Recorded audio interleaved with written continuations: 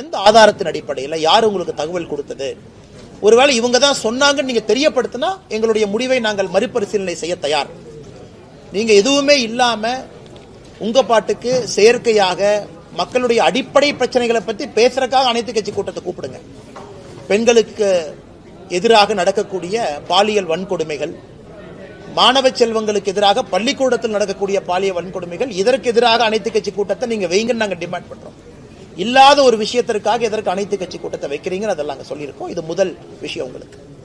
இரண்டாவது, பாரதிய ஜனதா கட்சி வருகின்ற 5ஆம் தேதி, மார்ச் 5ஆம் தேதி தமிழகம் முழுவதுமே 3வது மொழி நம்முடைய மாணவ செல்வங்கள் படிக்க வேண்டும் என்பதை வலியுறுத்தி ஒரு கையெழுத்து இயக்கத்தை ஆரம்பிக்க இருக்கின்றோம். சென்னையில் நிகழ்வில் நான் பங்கேற்கின்றேன். தமிழகம் முழுவதும் நம்முடைய டிஸ்ட்ரிக்ட் ஹெட் குவார்ட்டர்ஸ்ல பாரதிய ஜனதா கட்சியினுடைய மூத்த தலைவர்கள் பங்கேற்பார்கள். அன்னைக்கு ஒரு வெப்சைட்டும் லான்ச் பண்றோம்.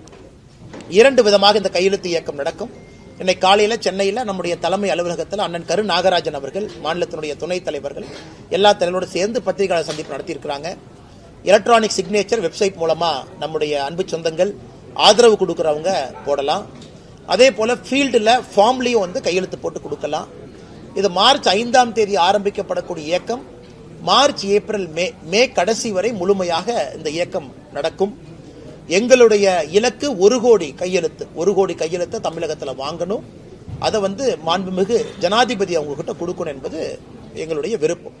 அதனால அந்த 2 விஷயத்தை பத்திரிகை நண்பர்கள்ட்ட ஃபர்ஸ்ட் சொல்லிடுறோங்கன்னா, அதன் பிறகு உங்களுக்கு இருக்கக்கூடிய கேள்விகளுக்கு பதில் சொல்லுங்க. தொகுதி சீரமைப்பு பற்றி 6 ராசா கேட்டிருக்கேன். தொகுதி மக்கள் தொகை அடிப்படையிலையா இந்த விகிதாசார அடிப்படையில் இந்த குழப்பமான விஷயத்தை அண்ணாமலை ஒரு நிமிஷம், இந்த பிரச்சனை கிளப்புனது யாருங்கன்னா? தொகுதி மறுசீரமைப்பு அப்படின்னு ஃபர்ஸ்ட் இந்த பொருளையை கிளப்புனது யாரு? மாண்புமிகு முதலமைச்சர் ஐயா ஸ்டாலின் அவர்கள் கடிதம் போடுறாரு. எனக்கு டெல்லியிலிருந்து சொன்னாங்க, எனக்கு தகவல் வந்துச்சு, எனக்கு ஒரு இன்ஃபர்மேஷன் இருக்கு, 848 சொன்னாங்கன்னு பிரச்சனை ஆரம்பிச்சது அவர். அந்த பிரச்சனைக்கு முற்றுப்புள்ளி நாங்க வச்சிருக்கோம். என்ன வச்சிருக்கோங்கன்னா, அதாவது ப்ரோரேட்டா, விகிதாச்சார அடிப்படை அப்படின்னு நம்ம சொல்லியிருக்கோம். அப்படின்னா என்ன அர்த்தம்? இன்னைக்கு இந்தியாவில் 543 மக்களவை தொகுதிகள் இருக்கு, 543 பாராளுமன்ற உறுப்பினர்கள் இருக்கிறாங்க.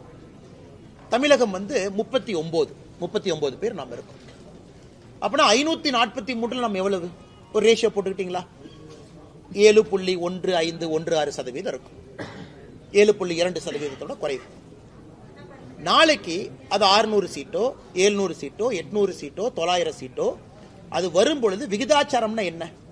இன்னைக்கு இருக்கக்கூடிய மொத்த சீட்டுல தமிழகத்திற்கு எவ்வளவு பங்கீடு இருக்கோ, நாளைக்கு வரக்கூடிய சீட்டுலையும் தமிழகத்திற்கு அதே பங்கீடு இருக்கும் அப்படிங்கிறது விகிதாச்சாரம். நாளைக்கு அது 1000 சீட்டு போனாலும் அதே 7.2% தானே.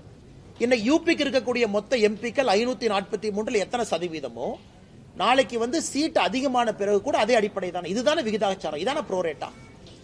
இதை மறுபடியும் குழப்பி ஆராசா அவர்கள் போன்றவர்கள், எல்லா தலைவர்களும் இதையும் புரிஞ்சுக்கலீனா அவங்களுடைய நோக்கம் என்ன? தமிழக மக்களை குழப்பணும், அடிப்படை பிரச்சனைய தமிழகத்தில் பேசக்கூடாது, தமிழகத்தில் சட்டம் ஒழுங்கு சீர்கேடை பத்தி யாரும் பேசக்கூடாது, லஞ்சலாவணியத்தை பத்தி பேசக்கூடாது, சம்பந்தமே இல்லாத விஷயத்தை பத்தி பேசிக்கிட்டே இருக்கணும். ஒரே நாடு ஒரே தேர்தல் நான் கொண்டு வரும் பொழுது மிக தெளிவாக ஒரே நாடு ஒரே தேர்தல் எப்ப வரும் தெளிவா சொல்லியிருக்கோம். இந்த டேர்ம் முடிஞ்சு 2029 வர இருக்கக்கூடிய பாராளுமன்றத்தினுடைய டேர்ம் அது 2034 முடியும். அது முடியும் பொழுது ஒரே நாடு ஒரே தேர்தல். இவங்க ஒரு வருஷமா ஐயோ ஒரே நாடு ஒரே தேர்தல் வருதாமா, எங்க திமுக ஆட்சி கலைஞ்சிருமா, எங்க திமுக ஆட்சி 4 வருஷத்துல இல்லாம போயிருமான்னு இப்படிதான் கதை கட்டிட்டு இருந்தாங்க. பாராளுமன்றத்தில் ஒரே நாடு ஒரே தேர்தல் என்று சொல்லும் பொழுது தெல்ல தெளிவாக எப்படி வரும் அப்படின்னு ஒரு கமிட்டி போட்டு முன்னாள் ஜனாதிபதி அவர்கள் அதற்கு தலைமை ஏற்று ரிப்போர்ட்டை கொடுத்திருக்கோம். அதே மாதிரி நாம தொகுதி மறுசீரமைப்பு என்று சொல்லும் பொழுது சென்சஸ் எப்ப வரும், டேட்டா எப்ப வரும், ஏன்னா ப்ரொபோஷனல் ரெப்ரசன்டேஷன் எப்படி வரும், ஏன்னா உங்களுக்கு சென்சஸ் டேட்டா கூட தேவை இருக்காது. ப்ரொபோஷனல் ரெப்ரசன்டேஷன் அப்படின்னா தான் உங்களுக்கு சென்சஸ் டேட்டா வேணும், மக்கள் தொகை வேணும். இன்னைக்கு நம்ம ப்ரோரேட்டான்னு சொல்றோம். இருக்கக்கூடிய சீட்டு அதே ப்ரோரேட்டா அதே விகிதாச்சார அடிப்படையில் மேல உயரப்போகுது. இது எல்லாம் நாம் சொன்ன பிறகு மறுபடியும் அனைத்து கட்சி கூட்டம் எதற்காக? இதை தெல்ல தெளிவா அமித்ஷாஜி அவர்கள் மட்டும் இல்ல, பாரத பிரதமர் நரேந்திர மோடி அவர்கள் 2023 சொன்னாங்க, மக்கள் தொகை அடிப்படையில் தொகுதி மறு சீராய்வு என்ன பண்றோமோ அது இருக்காது, இது காங்கிரஸினுடைய கனவு, மக்கள் தொகை அடிப்படையில் கொடுக்கணும், நாம் அப்படி கொடுக்க போறது கிடையாதுன்னு சொன்னாச்சு.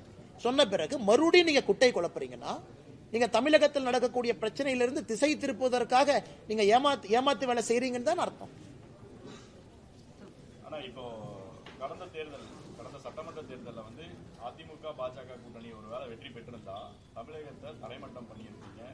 பிளஸ் வந்து பாஜக வந்து அதிமுகவை அடிப்பணியை வைத்து பல திட்டங்களை செயல்படுத்திருக்கு. நேற்று வந்து அந்த முதல்வர் பேசியிருக்காரு. முதலமைச்சருடைய நேற்றைய ஸ்பீச் எப்படி இருந்துச்சுன்னா, இந்த டேடி மம்மின்னு அந்த இங்கிலீஷ் பாட்டெல்லாம் நான் பார்க்குறேன்னா, எல்லாம் மேடையில் ஏறி ஒருத்தரும் டேடி மம்மி டேடி மம்மின்னு சொல்ற மாதிரி தான் அந்த கூட்டமே இருந்துச்சு.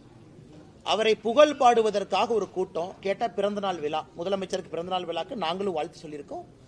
பாரத பிரதமர் ஐயா நரேந்திர மோடி அவர்களும் காலையில் வாழ்த்து சொல்லியிருக்காங்க. முதலமைச்சர் நன்றாக நீடூழி வாழ வேண்டும் என்பது எங்களுடைய விருப்பம், நல்லா இருக்கணும் அவர்.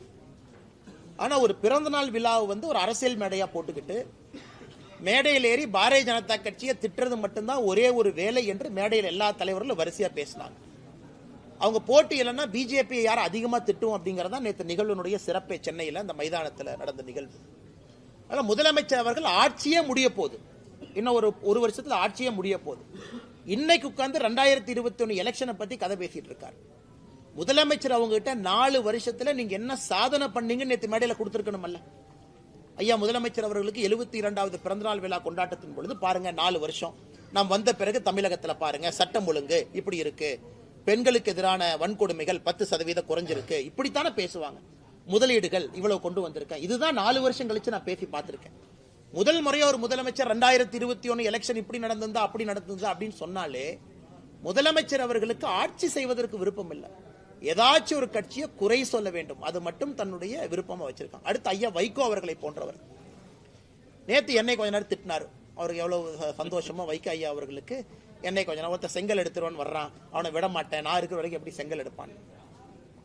அரசியல்ல சில தலைவர்கள் ஏன் ரிட்டையர் ஆகணும் அப்படிங்கிற உதாரணம் ஐயா வைகோ அவர். அந்தந்த வயசு வரும்போது ரிட்டையர் ஆயிடும், ஆகலின்னா அந்த பிரச்சனை வரும்.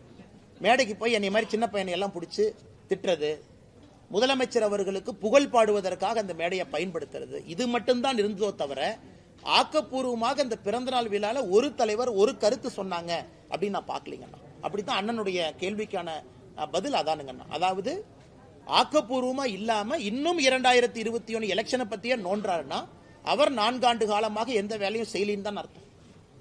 அமைச்சர் கீதா ஜீவன் வந்து தூத்துக்குடியில ஒரு நிகழ்ச்சியில வந்து துணை முதல்வர் தொடர்ந்து அநாகரிகமாக பேசுறாங்க, உரிமையில பேசுறாங்க.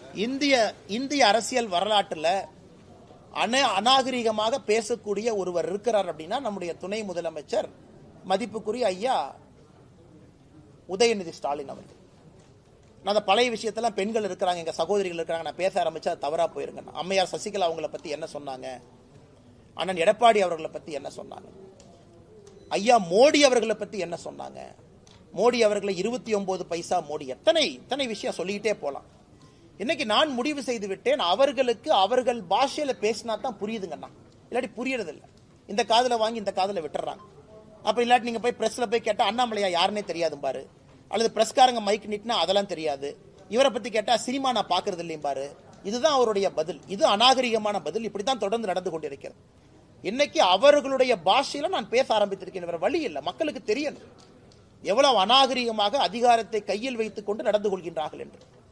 அதனால் கீதா ஜீவன் அவர்களுக்கு ஏற்கனவே அங்கே பாரதிய ஜனதா கட்சிக்கும் அக்கா கீதா ஜீவன் அவர்களுக்கும் பெரிய பிரச்சனையாய் அவர்கள் இன்னைக்கு சத்துணவு கூடத்தில் அழுகன முட்டையை போடுற கீதா ஜீவன் அவர்கள் அரசியல் நாகரிகத்தை பத்தி எனக்கு பேசுறது தான் வியப்புக்குரியதா இருக்கு.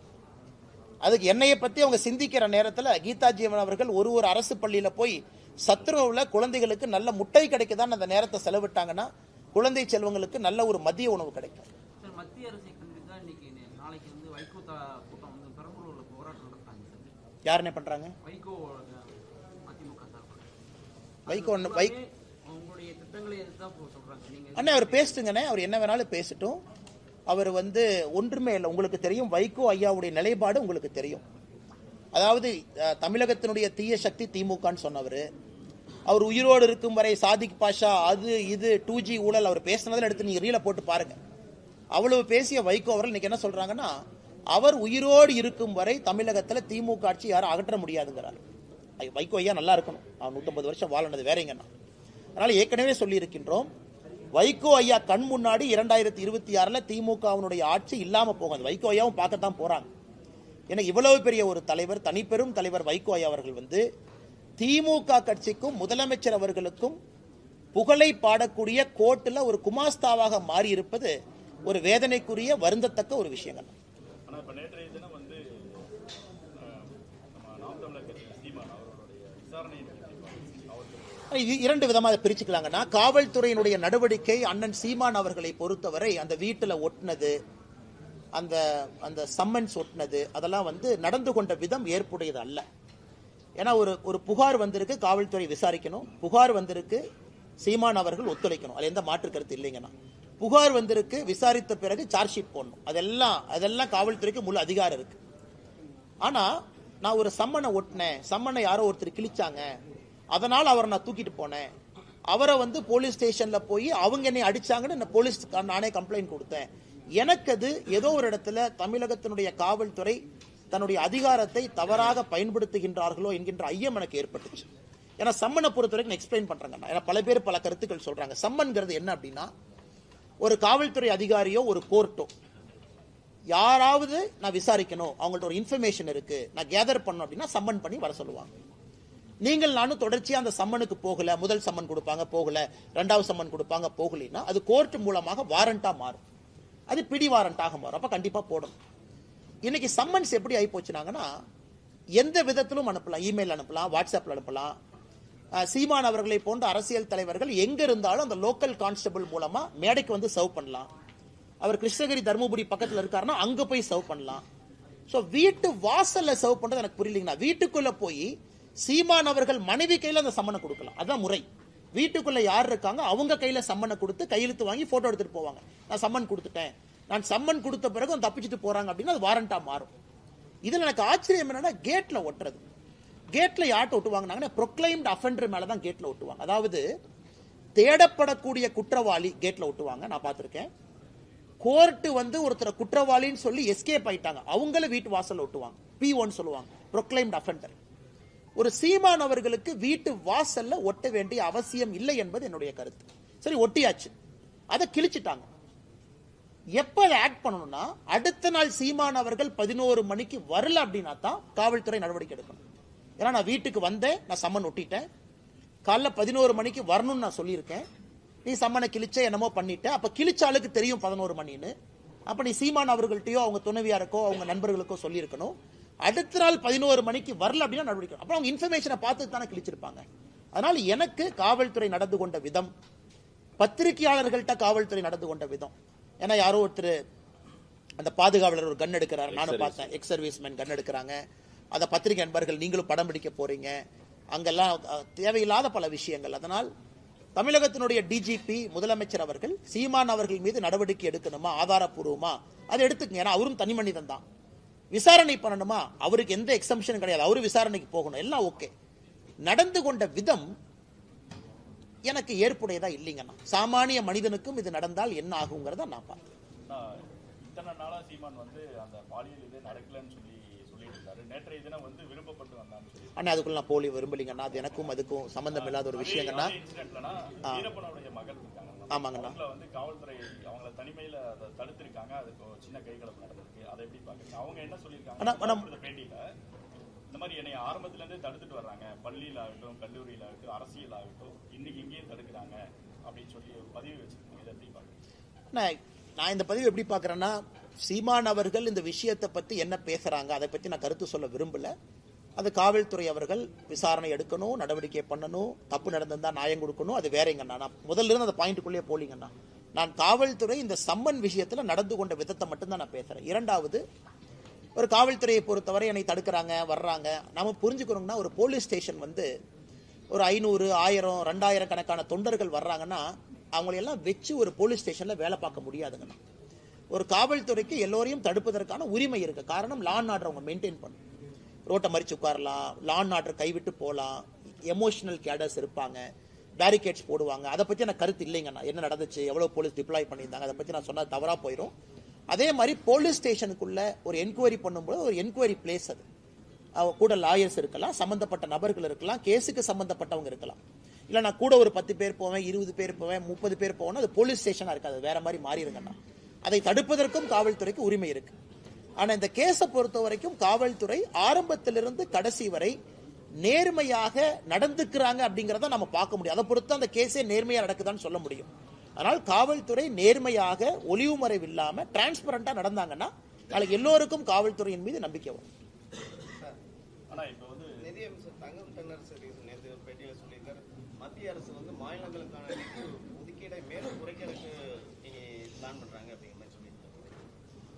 தங்கம் தென்னரசு ஐயா டெல்லி போகும்போது இதை பத்தி எதுவுமே பேச மாட்டாருன்னா, ஜிஎஸ்டி கவுன்சில் அதை பத்தி எதுவுமே பேச மாட்டாரு. நம்முடைய நிதியமைச்சர் அம்மா நிர்மலா சீதாராமன் அவங்களை சந்திக்கும் போது எதுவுமே பேச மாட்டாரு. ஆனா சென்னைக்குள்ள வந்து பத்திரிகையாளரை சந்திச்சு அதை பேசுவார்.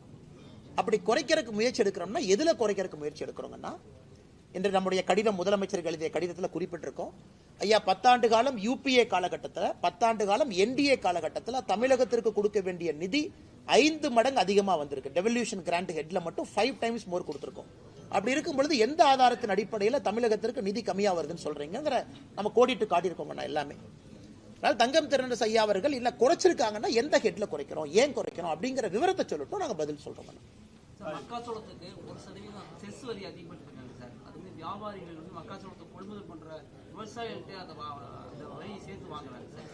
அது சம்பந்தமாகவும் அந்த மக்காச்சோளத்தை பொறுத்த வரைக்கும் ஒரு அடிப்படை பிரச்சனை என்ன அப்படின்னாங்கன்னா, இன்னைக்கு இந்தியாவில் வந்து ஒரு பகுதியில் மக்காச்சோளம் நிறைய விளையுது, மத்திய பிரதேஷ். ஒரு பகுதியில் மக்காச்சோளம் நமக்கு வேணும், நம்ம பகுதியில் விளையுது, மத்திய பிரதேஷ் கொஞ்சம் அதிகமாக விளையுது. ஸோ மக்காச்சோளம்ங்கிறது நம்ம குறிப்பாக நம்முடைய கால்நடைகளுக்கு அதிகமாக நம்ம பயன்படுத்துகிறோம். ஆடு கோழி தீவனங்கள் எல்லாமே மக்காச்சோளம் பேஸாக வச்சு. இன்னைக்கு பிரச்சனை என்னன்னாங்கன்னா, சவுத் அமெரிக்காவிலிருந்து வரக்கூடிய மக்காச்சோளத்தினுடைய விலை இந்தியாவிலிருந்து வரக்கூடிய மக்காச்சோளத்தினுடைய விலையை விட குறைவா இருக்கு. சவுத் அமெரிக்காவிலிருந்து நீங்க மக்காச்சோளத்தை வாங்குறீங்கன்னா கப்பல் மூலமா, அது போர்ட்டுக்கு வரும்போது அதே மக்காச்சோளத்தை நீங்க எம்பியிலிருந்து தமிழ்நாட்டுக்கு கொண்டு வந்தீங்கன்னா சவுத் அமெரிக்காவிலிருந்து வர மக்காச்சோளம் இதை விட குறைவா இருக்கு. ஸோ நிறைய நம்முடைய நண்பர்கள் நாமக்கல்லை சார்ந்தவங்க, கோழி பண்ணை வச்சிருக்கிறவங்க, தீவனம் வச்சிருக்கிறவங்க எல்லாம் என்ன சொல்றாங்கன்னா, எங்களுக்கு வட அமெரிக்காவிலிருந்து வரக்கூடிய மக்காச்சோளத்தை அனுமதி கொடுங்க அப்படின்னு. ஸோ நாம் ஒரு வரி போட்டிருக்கோம். ஏன்னா வந்து ஒரு மற்ற நாட்டினுடைய மக்காச்சோளம் மொத்தமா நம்ம நாட்டை வந்து ஃபிளட் பண்ணும் பொழுது நம்ம விவசாயிகளுக்கு பிரச்சனை வரும். ஏன்னா அவங்க டம்ப் பண்றாங்க. ஒரு வட அமெரிக்காவுடைய மக்காச்சோளம் பார்த்தீங்கன்னா நாட்டுக்குள்ள டம்ப் பண்றாங்க. ஸோ அதனால இந்த மார்க்கெட் மெக்கானிக்ஸ்ல தொடர்ந்து நாம் அந்த வரி வச்சு தான் பேலன்ஸ் பண்றோம். அதே நேரத்தில் இவர்களுக்கான முட்டுவலியும் அதிகமாக கூடாது, குறிப்பா வந்து தீவனங்களுக்கான முட்டுவலியும். ஸோ நம்மை பொறுத்தவரை யாருக்கும் பாதிப்பு ஏற்படக்கூடாது. அதே நேரத்தில் உள் ஊரில் இருக்கக்கூடிய மக்காச்சோள விளைவிக்கிறவங்களுக்கு, ஏன்னா பிரச்சனை என்னங்கன்னா அவ்வளவு கோழிகள், முட்டைகள், கறிக்கோழிகள் பண்ணைகள் வந்து தமிழகத்தில் அதிகமாக இருக்கு. நாமக்கல்ல இருந்து நீங்க பாத்தீங்கன்னா சங்ககிரி இந்த பகுதி எல்லாமே நிறைய இருக்கு. அதனால தொடர்ந்து வரக்கூடிய பிரச்சனைங்கன்னா அவங்க சொல்லும் போதெல்லாம் அப்பப்போ நாங்கள் பேலன்ஸ் பண்ணி கொடுப்போம். இன்னைக்கு அது மறுபடியும் அவர்களுக்கு பிரச்சனையா இருக்கு அப்படின்னா அதற்கு என்ன உதவி தேவையோ நாங்கள் செஞ்சு கொடுக்கணும். மாநில அரசு அந்த கரெக்டுங்கண்ணா. ஏன்னா மாநில அரசுக்கும் இதே பிரச்சனை இருக்குங்கண்ணா. நான் எனக்கு ரெண்டு பேர்த்தையும் நான் நேரடியாக குறை சொல்ல விரும்பல. அதனால ஏன்னா நம்ம மத்திய அரசு சார்பா நாமளும் உள்ள டியூட்டி போட்டிருக்கோம் உள்ள வரும் பொழுது. அதனால நான் நேரடியாக குறை சொல்ல விரும்பலைங்கன்னா, எங்க இதனால முயற்சி எடுத்து மாநில அரசு குறைக்க முடியும் என்று இருந்தால் கண்டிப்பா நாங்கள் ரெக்வஸ்ட் பண்றோம். மத்திய அரசினுடைய நோக்கம் வட அமெரிக்காவுடைய மக்காச்சோளம் மார்க்கெட்டை ஃபிளட் பண்ணக்கூடாதுங்கிறது நம்முடைய நோக்கம். அதுல ஏற்கனவே போன ஆண்டு ஹெல்ப் பண்ணோம், இந்த ஆண்டும் தேவைன்னா மத்திய அரசு கவனத்துக்கு எடுத்துட்டு போய் உதவி பண்றோம். ஆனா திருமாவளவன் அதே மீட்டிங்ல என்ன சொல்லியிருக்காருன்னா, மாநில சுயாட்சிக்கு, மொழிக்கு, அரசியலமைப்புக்கு எதுக்குமே பாதுகாப்பு இல்லைன்னு சொல்லி பதிவு பண்ணிருக்காரு. திருமாவளவன் ஸ்கூலுக்கு மட்டும் பாதுகாப்பு இருக்கு. நாங்க வந்து திருமாவளவன் ஸ்கூல் நடத்துறாரு, சிபிஎஸ்சி நடத்துறாருன்னு நைட்டோட நைட்டாங்கன்னா ஆள மாத்துறாரு. இந்த ஸ்டேஷன்ல ரவுடிகள் ஆள மாத்துற மாதிரி நைட்டோட நைட்டா கரஸ்பாண்டா இருந்தவரை ட்ரஸ்ட்ல ஒருத்தரை போட்டு அவங்ககிட்ட கரஸ்பாண்டன்ட் கொடுத்துட்டு, நான் அப்படியே ரோட்ல நடந்து போயிட்டு இருந்தேன், என் கையை பிடிச்சி அவங்களே இழுத்துட்டு போய் இந்த ஸ்கூல்ல கரஸ்பாண்டன்டாருன்னு சொன்னாங்க, அதனால நான் கரஸ்பாண்டன்டா இருக்கேன். எத்தனை நாளைக்கு இந்த கம்பி கட்டுற கதையை, திருமாவளவன் சொல்லக்கூடிய கம்பி கட்டுற கதையை எத்தனை நாளைக்கு தமிழக மக்கள் கேட்டுக்கிட்டே இருப்பாங்கன்னா? இவர் வந்து மொழிக் கொள்கைக்கு ஆதரவு அப்படின்னு சொன்னாங்கன்னா எதுக்கு இவரு சிபிஎஸ்இ ஸ்கூல் நடத்துறாரு? அப்புறம் அடுத்தது சொல்றாரு சிபிஎஸ்இ ஸ்கூலே ஆரம்பிக்கல, சும்மா தான் என் பேரை போட்டாங்க. பத்திரிகை நண்பர்கள் காட்டுறீங்கன்னு போட்டோ பாருங்கன்னு, நீங்களே போய் ரிப்பன்லாம் கட் பண்ணி குழந்தைங்களா இருக்காங்க. இல்லப்பா அது 10 குழந்தைங்க தான் இருந்தாங்க, ஃபுல்லா ஸ்கூல் ஆரம்பிக்கல. இந்த மாதிரி தொடர்ந்து பொய்யை மட்டும் பேசக்கூடிய திருமாவளவன் அண்ணனுக்கு என்ன பதில் நான் சொல்றதுங்கண்ணா? எனக்கு திருமாவளவன் அண்ணன் அவர்கள் நன்றாக புரிந்து கொள்ள வேண்டும். இன்னைக்கு அவர் ஒரே ஒரு மனசாட்சிப்படி ஒரு பதில் சொல்லட்டுங்கண்ணா. தமிழகத்துல கடந்த 10 ஆண்டு காலமாக தாய்மொழி தமிழ் மொழிக்கு உலக அளவுல மோடி அவர்கள் அங்கீகாரம் தேடி கொடுக்கலையா அப்படிங்கறதுக்கு பதில் அவர் சொல்லட்டும். அவர் சொல்லட்டும். பாராளுமன்றத்தில் எங்கேயாச்சும் நாம தமிழ் மொழிக்கு அவமரியாதை செய்திருக்கின்றோமா சொல்லட்டும். கலாச்சாரத்துக்கு அவமரியாதை செய்திருக்கின்றோமா சொல்லட்டும். எதுவுமே இல்லாம அரசியல் காரணத்திற்காக அண்ணன் பேசுறாருன்னா எப்படி பதில் சொல்றதுங்கண்ணா? பிரசாந்த் கிஷோர் இப்போ ஒரு அறிவிப்பு கொடுத்துருக்காரு சார். 2026 தேர்தலில் தாவேகா விஜயோட கட்சி தனித்து தான் போட்டியிடுன்னு சொல்லி அறிவிப்பு கொடுக்கல. ஒரு தனியார் தொலைக்காட்சி இன்டர்வியூ எடுக்கும்போது சொல்லியிருக்கின்றார். அண்ணா கரெக்டுங்கண்ணா, சொல்லணும்லண்ணா. இன்னைக்கே ஜெயிக்காதுன்னு சொன்னா அப்புறம் பிரசாந்த் கிஷோர் அண்ணன் ஒரு வருஷம் கூட வச்சுக்க மாட்டார்ல. அதை கவுண்ட் பண்ணி என்ன சொல்லுவார், சாப்பாடு நல்லா இருக்குன்னு சொன்னா தான் சோறு போடுவேன் அப்படின்னு. அதனால இன்னைக்கு நீங்க விஜய் அண்ணனோட இருக்கும்போது சாப்பாடு நல்லா இருக்குன்னு சொல்லணும், சோறு போடணும்லண்ணே. அதனால பிரசாந்த் கிஷோர் அவர்களை பத்தி நான் தவறா சொல்லிங்கண்ணே. அவர் ஒரு கட்சியோடு சார்ந்து இருக்கின்றார், சொல்வதற்கு எல்லா உரிமை இருக்கு. ஏன்னா இதையே பிரசாந்த் கிஷோர் அவர்கள் பல இடத்துல சொல்லியிருக்கிறாங்க. அவருடைய சொந்த கட்சிக்கும் பீகார்ல சொல்லியிருக்கிறாங்க, ஜனஸ்வராஜ் பீகார்ல ஜெயிக்கும்னு சொன்னாங்க. ஆனா நடந்து முடிந்த தேர்தலில் பாத்தீங்கன்னா 3வது 4வது இடத்துல தான் வந்தாங்க பை எலெக்ஷன்ல. அதனால அவர் சொல்றவங்க சொல்லட்டும், மக்கள் கடைசியா முடிவு செய்ய போறாங்க. நான் மக்களுடைய கையில் அது இருக்கு. என்னை பொறுத்தவரை அதை சாத்தியக்கூறாக நான் பார்க்கவில்லை. ரொம்ப அது கண்டிக்கத்தக்க ஒரு விஷயம். ஏன்னா ஒரு கிரிமினல் சட்டத்தில் பாத்தீங்கன்னா நம்ம ஒரு ஐபிசி பீனல் கோட் இன்னைக்கு பிஎன்எஸ் ஒரு கிரைமை 3 ஏஜா பிரிப்பாங்க. 8 வயசு, 8லிருந்து 12 வயசு, 12லிருந்து 18, 16 அது மாறுதுங்க டிபெண்டிங் ஆன் த ரேட். 8 வயசுக்கு கீழே இருக்கக்கூடிய ஒரு குழந்தை எந்த தவறு செய்தாலும் அது தவறு கிடையாதுங்கிற அர்த்தம். ஏன்னா மென்ஸ்ரியா, லாட்டின்ல மென்ஸ்ரியான்னு ஒரு வார்த்தையை பயன்படுத்துறாங்க. அப்பனா அந்த குழந்தைக்கு மனசளவுல சைக்காலஜிக்கல் அளவுல தப்பு செய்யணும் அப்படிங்கிற எண்ணம் அந்த குழந்தைக்கு உருவாகிறத 8 வயசை தாண்டி. 8 வயசு கீழே அவங்க குழந்தை. அதனாலதான் நம்முடைய பீனல் கோட்ல கிரிமினல் சட்டத்துல பாத்தீங்கன்னா பிலோ 8 இயர்ஸ் நோ அஃபென்ஸ். அந்த குழந்தை கத்தி எடுத்து ஒருத்தரை குத்தி கொன்னா கூட அது அஃபென்ஸ் இல்லை, ஏன்னா தெரியாம குத்திட்டாங்க, ஏன்னா மென்ஸ்ரியா டெவலப் ஆகல. இது ஒரு பேசிக் காமன் சென்ஸ். ஒரு ஐஏஎஸ் படித்து விட்டு ஒரு மாவட்டத்தினுடைய ஆட்சியராக இருக்கக்கூடிய அதிகாரி ஒரு 3.5 வயசு இருக்கக்கூடிய குழந்தை பாலியல் வன்கொடுமையில் அந்த குழந்தை மாட்டியிருக்காங்க. அந்த குழந்தை மாட்டினதுக்கு காரணம் அந்த குழந்தையினுடைய நடவடிக்கை சரியில்லை, அந்த குழந்தை அவங்களை இன்சல்ட் பண்ணாங்க, அதனாலதான் அந்த குழந்தையின் மீது பாலியல் வன்கொடுமை நடத்தப்பட்டதுன்னு சொன்னதை வன்மையா கண்டிக்கிறோம். அதே நேரத்தில் மாநில அரசை நான் பாராட்டுறேன். காரணம், உடனடியாக அந்த மாவட்டத்தினுடைய ஆட்சியரை மாத்தினாங்க. அது ரொம்ப முக்கியம். ஏன்னா மெசேஜ் கொடுக்கணும். ஒரு மாநிலத்தினுடைய அரசு இது போன்ற அதிகாரிகள் தவறு செய்யும் பொழுது உடனடியா மெசேஜ் பப்ளிக் கொடுக்கணும். நேத்து மாநில அரசு உடனடியா அந்த ஆட்சியரை மாத்தி இன்னொரு ஆட்சியரை போட்டிருக்காங்க. அது வரவேற்கப்பட வேண்டிய ஒரு விஷயம். நான் நேற்று முதல்வர் அதே மேடையிலனா எங்கள் கூட்டணியில விரிசல் இல்ல, விரிசல் விழுன்னு நினைக்கிறவங்க தலையில மண் விழுன்னு சொல்லியிருக்கேன். அண்ணே பார்த்தேன், அண்ணே விரிசல் விழுந்தா தானே மண் விழுவும். இப்ப ஒரு வீட்டுல விரிசல் வந்தா தானே தலைமையில மண் விழுகும். அதனால முதலமைச்சர் அவர்கள் விரிசல் இல்லாம மண் எப்படி விழுகும்? நான் ஒரு வீட்டுக்குள்ள இருந்து அது விரிசல் விழுமான்னு பார்த்துட்டே இருக்கிறேன். அது விரிசல் வந்தா தானே தலைமையில மண் விழுகும். அதனால முதலமைச்சர் அவர்கள் பாதி உண்மையை ஒத்துக்கிட்டாரு மண் உலகம்னு. மிச்ச பாதி உண்மையை இன்னும் 6 மாசத்துல ஒத்துக்குவாரு. இன்னும் 8 மாசத்துல கூட்டணி எதுவுமே இருக்காது, தனியா அவர் இருப்பார். இது நடக்கத்தான் போது, நீங்க டிசம்பர்ல பாருங்க. கண்டிப்பாண்ணே விரிசல், அவர் விரிசல் தானே சொல்லியிருக்காரு. முதல்ல விரிசல் அப்புறம் உடையின, அதுக்கு 8 மாச காலமாகும். ஏன்னா இன்னைக்கு திருமாவளவன் அண்ணன் தோழமை சுடுதல் இருக்காரு. அதாவது முதலமைச்சர் கொஞ்சம் பேசினா கூட லைட்டா பேசணும், அடுத்து நான் புகழ் தரணும்னு சொல்லிட்டு தோழமை சுடுதல் தான் இன்னைக்கு இருக்குங்கண்ணா. நீங்க வைகோ ஐயாவை நல்லா யோசிச்சு பாருங்க. அவர் எப்பொழுதுமே ஒருத்தரை புகழ்ந்தாருன்னா 1 வருஷம் கழிச்சு திட்டுவார். அது வைகோ ஐயாவுடைய பேட்டர்ன். அது என்டிஏவுக்கு அதே தான் நடந்தது, அடல் பிகாரி வாஜ்பேயிக்கு அதே தான் நடந்தது, பிஜேபிக்கு அதே தான் நடந்துச்சு, இன்னைக்கு ஐயா மு.க. ஸ்டாலின் அவர்களுக்கு அதே தான் நடக்க போகுது. அதனால வைகோ ஐயா அவர்கள் 2025 26 ஜனவரியில ஃபார்முக்கு வருவார். அதுக்கு நான் காத்துக்கிட்டு இருக்கேன். ஆனா இப்ப தர்மபுரி மாவட்ட பொறுப்பாளர் திமுக ஐஏஎஸ் ஐபிஎஸ் அதிகாரிகள் ஆனா இந்த திமுகவை பொறுத்த வரைக்குங்கன்னா இந்த மாவட்ட செயலாளர் பதவி வந்தோன்னே உங்களுக்கு என்ன ஆகி போயிருதுன்னா அந்த மாவட்டத்தினுடைய குறுநில மன்னன் அவங்களே பட்டம் சூட்டிக்கிறாங்க. திமுக மாவட்ட செயலாளர் நான் தான் குறுநில மன்னன். இந்த மாதிரி மாவட்டத்தினுடைய ஆட்சியர் எஸ்பி எவனா இருந்தா எனக்கு என்ன எங்கிட்ட பேசிட்டு போங்க யான். இதெல்லாம் ஆணவத்தினுடைய ஒரு அதிகாரத்தினுடைய ஒரு வெளிப்பாடுங்கண்ணா. அந்த ஆணவத்தினுடைய வெளிப்பாடு தான் அந்த தர்மபுரியில திமுகவுடைய மாவட்ட செயலாளர் பேசிய பேச்சு கட்சி மீட்டிங்ல. திமுக அழிய ஆரம்பித்து விட்டது, மக்களே அவங்களை வெளியே அனுப்பிடுவாங்க அப்படிங்கறதுக்கு சான்று தான் இது. வருகின்ற காலத்துல அவங்களுக்கு தெரியும் ஆணவத்தை எப்பொழுதும் ஜனநாயகத்துல மக்கள் ஏற்றுக்கொள்ள மாட்டார்கள்.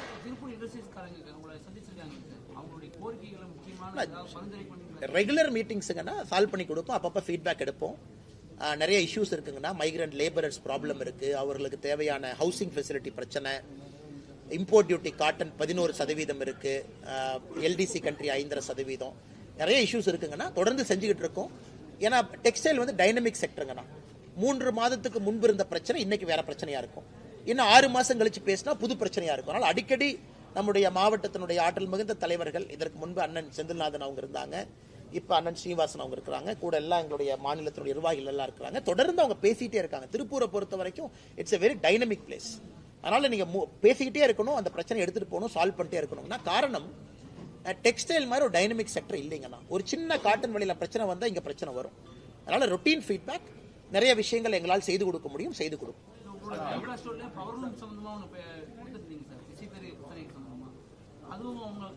ஆமாங்க, நான் அதுவும் இன்னைக்கு பேசணும், என்னென்ன முயற்சி எடுத்திருக்கோம் நம்ம சொன்னோம். பாரத் டெக்ஸ் ஃபேர்ல நம்ம பிரதமர் மோடி ஐயா சொல்லியிருக்காங்க அடுத்து என்ன பண்ண போறோம், என்ன செய்ய போறோம்னு. குறிப்பா உங்களுக்கு அந்த டஃப்ட் ஸ்கீம் திரும்ப வரணும், அதெல்லாம் பேசிருக்கோங்கன்னா 100% செஞ்சு கொடுப்போம். தமிழர்களுடைய கலை கலாச்சாரத்தை இந்த திமுக அழிக்க பார்க்குது அப்படின்னு சொல்லிட்டு இந்த பகுதி, அதாவது ஆதித்தநல்லூர் கீழடி போல வந்து இங்கேயும் அகழ்வாராய்ச்சி பண்ணணும் அப்படின்னு சொல்லிட்டு காவுத்தம்பாளையம் கிராமத்தில் கிட்டத்தட்ட 600 நாட்களாக தொடர்ந்து. ஆனா நாங்க எங்க ஆதரவு கொடுத்தோங்கன்னா, எங்க ஆதரவு கொடுத்திருக்கோம். ஆதரவு கொடுத்தது மட்டும் இல்லாம நம்முடைய மத்திய அரசுக்கு எழுதியிருக்கோம். மத்திய அரசு பதில் என்ன போட்டிருக்காங்கன்னா, இதை வந்து மாநில அரசு முன்னெடுக்கணும், மாநில அரசு முன்னெடுத்த பிறகு நாங்கள் வருகின்றோம் சொல்லியிருக்காங்க. இது ரொம்ப ஆச்சரியம் என்னன்னா, அந்த கிராமத்து மக்கள் வந்து கிட்டத்தட்ட 700 நாளாங்க அன்னைக்கு 600 நாட்களை தாண்டி தொடர்ந்து இருக்காங்க. அண்ணன் ஏபி முருகானந்தம் அவங்க எல்லாம் போய் பார்த்துட்டு வந்தாங்க. நானும் அவர்களை சந்திச்சேங்கன்னா, நாங்கள் அவர்களோடு இருக்கின்றோம். குறிப்பா அந்த நடுக்கல், அந்த இருக்கக்கூடிய கல்லெல்லாம் பாத்தீங்கன்னா அவ்வளவு பழமையான ஒரு கற்கள், அதுல எந்த ஒரு இது இல்லை. அதனால தமிழகத்தினுடைய கலாச்சாரத்தை பாதுகாக்கிற அது இதுன்னு சொல்லக்கூடிய முதலமைச்சர் அவர்கள் ஏன் இதுவரைக்கும் இங்க கவனம் கொடுக்கல அப்படிங்கிற ஆச்சரியம் எனக்கு இருக்கு. அதனால நிச்சயமாக கவனம் கொடுக்கணும்.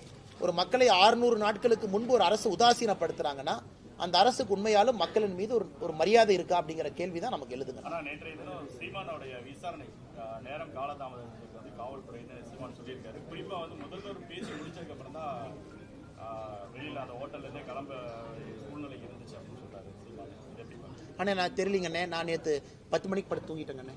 ஏன்னா காலையில் நேரமே நான் கோயம்புத்தூர் வரணும் நிகழ்ச்சிக்குன்னு சொல்லிட்டு எனக்கு இரவு என்ன நடந்தது, யார் எத்தனை மணிக்கு பேசினாங்கலாம் எனக்கு தெரியாதுங்கண்ணா.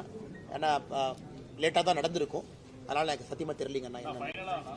திருப்பூர் மாநகராட்சி மேயர் அவர் உங்களை பத்தி ஒரு ஃபர்ஸ்ட் மீட்ல பேசுறப்ப என்ன சொல்லிட்டாரு, இந்த மாதிரி கொங்கு மண்டலத்தை சேர்ந்தவர், அவர் வந்து இப்படி ஒரு அரைவேக்காடு அப்படின்ற ஒரு வார்த்தையை பயன்படுத்தி அது மாதிரி பேசுறாருன்னு சொல்லியிருக்காங்க. அதை பத்தி வரத்தானே செய்யும். ஏன்னா அவங்களுடைய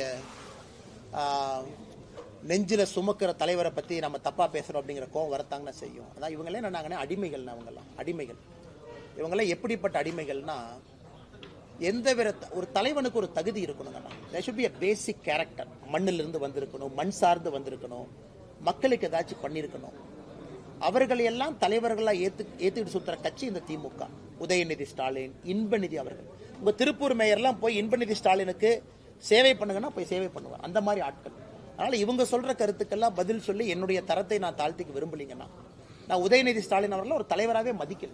ஆனஸ்டா சொல்லணும்னா அதை விட எத்தனையோ பஞ்சாயத்து தலைவர்களை நான் பெருசா மதிக்கிறேன். ஏன்னா அவங்க எல்லாம் மண்ணிலிருந்து வேலை செஞ்சு வர்றாங்க. இவங்க எல்லாம் சும்மா ஸ்டாலின், கருணாநிதி அப்படிங்கிற ஒரு சர்நேமை வச்சுக்கிட்டு ஆட்சியில சுத்திக்கிட்டு இருக்கிறாங்க. அவர்களுக்கு இவர்கள் வரிந்து கட்டி கொண்டிருக்கின்றார்கள். அதனால இந்த மேயர் சொல்றதுனால நாங்க என்ன தாழ்ந்து போயிருவோமா? அதனால திமுகவை பொறுத்தவரை எங்க தூத்துக்குடியில் யாரோ சொன்னாங்களாமா, அங்கிருந்து ஆள் விட்டு என்னை அடிப்பாராமா, அனுப்புன்னு. இதுதான் ஒரு வராஜக வன்முறை, ஒரு ரவுடி கட்சிக்கு திமுக உதாரணம்னா பேச்சுல செயல்ல தொடர்ந்து நடந்துகிட்டு இருக்கிறாங்க. நானும் பார்த்துக்கிட்டு தான் இருக்கிறேங்க. அது அப்பா இல்லைங்கன்னா அப்பத்தான். ஏன்னா அது கரெக்டா பாருங்கன்னா அது அப்பான்னு வராது, நீங்க கரெக்டா அது போட்டீங்கன்னா அது அப்பத்தான் வரும். அப்பத்தானா என்னன்னு தமிழ்நாடு தெரியும். ஏன்னா நம்ம ஊர்ல தான் அப்பத்தாங்க. அந்த அது வரக்கூடாதுங்கிறதுக்காக பாதி தமிழ் பாதி ஆங்கிலத்துல போட்டு அது அப்பா ஆப்னு மாத்திருக்காங்க. அதுலயே எவ்வளவு பெரிய ஃப்ராடு பண்றாங்கன்னு பாருங்க. அது ஆக்சுவலா அது அப்பத்தான் ஆப். அதை வச்சு இவங்க பண்றதே வந்து பண வசூல். எனக்கு எல்லா இடத்துலயும் நம்முடைய ஸ்கூல் நடத்துறவங்க என்ன சொல்றாங்கன்னா, ஐயா அந்த வேட்டை பண வசூல் பண்றதுக்கு இந்த மாதிரி ஆரம்பிச்சிருக்கிறாங்க. முதல்ல வந்து 2021க்கு முன்பு சிபிஎஸ்இ பள்ளிகளுக்கு 3 ஆண்டுகளுக்கு ஒரு முறை தான் ரெனியூவல் இருந்துச்சு. இவங்க வந்த பிறகு வருஷத்துக்கு ஒருக்கா. அதனாலதான் மத்திய அரசு இன்னைக்கு பர்மிஷனே தூக்கிட்டோம். நாங்க ஏன் தூக்கணுங்கன்னா போன வாரம் பர்மிஷனே தூக்கியாச்சு. இனி மாநில அரசு சிபிஎஸ்சிக்கு நீ அங்கீகாரமே கொடுக்க வேண்டாம், நீ கொடுக்கறதுக்கான அறிவிப்பை தூக்கிய நீ 5 லட்சம் 10 லட்சம் 15 லட்சம் வசூல் பண்ற, எதுக்கு உனக்கு பணம் கொடுக்கணும்? அது ஒன்றுங்கண்ணா. இரண்டாவது, இன்னைக்கு அங்கீகாரத்தை தூக்குனதுக்கு அப்புறம் இந்த கூட்டத்தை போடுறாங்க. அப்பான்னு போட்டு ஸ்கூல்ல பேரண்ட் டீச்சர் எல்லாம் கொண்டு வந்து அவங்கள வச்சு ஒரு பண வசூல் பண்றாங்க. இவங்க வேலையே வந்து ஏதாவது பண்ணி கல்லூரியில பள்ளிக்கூடத்துல பண வசூல் பண்ணலாங்கிறத அவங்க நோக்கம். நான் ஏற்கனவே சொல்லிக் கொண்டிருக்கின்றேன், இந்த மும்மொழி கொள்கையினுடைய பிரச்சனையே தனியார் பள்ளிகளுக்கு ஒரு நியாயம், அரசு பள்ளிகளுக்கு ஒரு நியாயம்ங்கிறனால தான் நாங்க போராடுறோம். அதுக்கு வந்து இந்த அப்பத்தா இதெல்லாம் ஒரு காரணங்க. முடிச்சுக்கலாமா? ஆக்சுவலா நம்ம சுகாதாரத்துறை அமைச்சர் மா சுப்பிரமணியம் இன்னைக்கு கொடுத்த பேட்டியில் என்ன சொல்லியிருக்காருன்னா, பள்ளி கல்லூரிகள் முன்னாடி இருக்கக்கூடிய ஏராளமான கடைகளுக்கு நாங்கள் சீல் வச்சிருக்கோம். மா சுப்பிரமணியனுக்கு ஒரே கேள்வி, யார் அந்த சார் சீல் வச்சதுன்னு கேட்கிறேன். எல்லாம் நாடகங்கண்ணா. எங்கூட மாசு ஒன்ன வரட்டும், இங்க திருப்பூர்ல என் கூட வாங்கினா உங்களுக்கு தெரியும். நான் சும்மா உங்களுக்கு விரும்பல. எத்தனை பள்ளிக்கூடத்து பக்கத்துல எத்தனை குட்கா, எத்தனை சிந்தட்டிக் ட்ரக்கு, எத்தனை கஞ்சா, எத்தனை அபி நான் வாங்கி கொடுக்குறேன், கூட வர சொல்லுங்கண்ணா. அப்படி சீல் வச்சாருன்னா ஐயா சொல்லிட்டு யார் அந்த சார் சீல் வச்சது, எந்தெந்த பள்ளியில போய் அந்த சார் யாருன்னு சொல்லிட்டு. எங்கேயும் சீலெல்லாம் வைக்கலன்னா சும்மா கதை விட்டுட்டு இருக்காங்க. இவர்கள் வந்த பிறகு பள்ளிக்கூடம் எல்லாம் இன்னைக்கு கஞ்சா காடுகளாக மாற ஆரம்பிச்சிருக்கு. பிளே கிரவுண்ட்ல நான் பார்த்தேன், தனியார் பள்ளி ஒன்று மெசேஜ் போட்டிருக்காங்க கோயம்புத்தூர்ல, உங்களுக்கு பாத்தீங்களான்னு தெரியல. குழந்தைங்களுடைய பேக் எல்லாம் வீட்டுக்கு வந்தா செக் பண்ணுங்க, பள்ளிக்கூடத்தில் நாங்களும் உள்ள வரும்போது செக் பண்றோம். இந்த அளவுக்கு குழந்தைகள் மீது சந்தேகத்தை ஏற்படுத்தக்கூடிய ஒரு பள்ளி கல்வித்துறையை அவங்க நடத்திக்கிட்டு இருக்காங்க.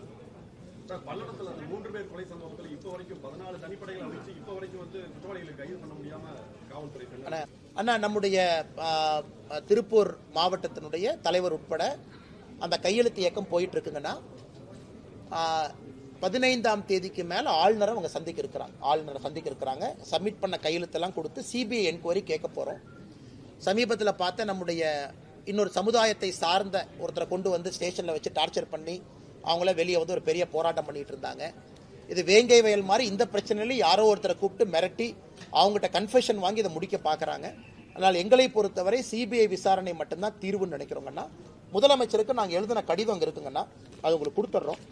ஏன் நாங்கள் அனைத்து கட்சி கூட்டத்துக்கு வரமாட்டோம் அப்படின்னு சொல்லி ஒரு 6-7 பக்கத்துக்கு கடிதம் எழுதியிருக்கோம். அதில் எல்லாம் நாங்கள் குறிப்பிட்டிருக்கோம். முதலமைச்சர் சொன்ன விஷயத்துக்கு எல்லா பாயிண்ட்டுக்கும் பதில் சொல்லியிருக்கோம். அதையும் பத்திரிகை நண்பர்களோட ஒரு காப்பி கொடுத்துட்றாங்கன்னா உங்களுக்கு சாஃப்ட் காப்பி இருக்கும், நீங்கள் பயன்படுத்திக்கலாம். நன்றிங்கண்ணா.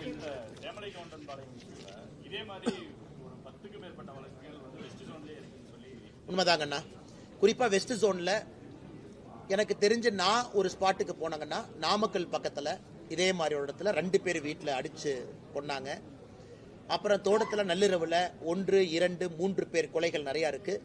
எனக்கு தெரிஞ்சு 10 வழக்குகள் என்பதே குறைவு. அதனால தான் நாங்கள் ஸ்ட்ராங்காக அதுக்கு போராட்டம் பண்ணது, ஸ்பாட்டுக்கு போனது. ஏன்னா இது காப்பி கேட்ட மாதிரி நடக்குது.